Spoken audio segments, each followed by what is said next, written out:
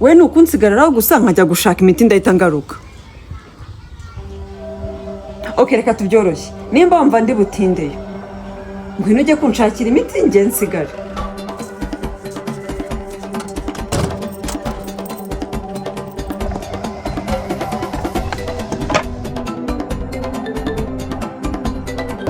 Sasa Shari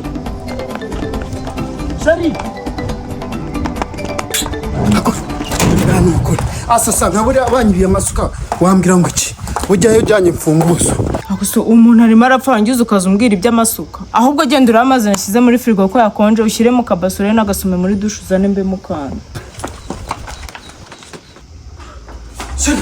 Shari kinumwe Iki se yewe kinumwereke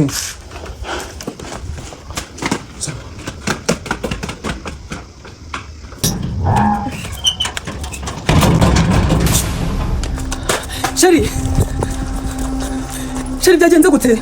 Mana yanjye ubu koko namusigiye byagenze gute? Shari unagusigiye yagiye.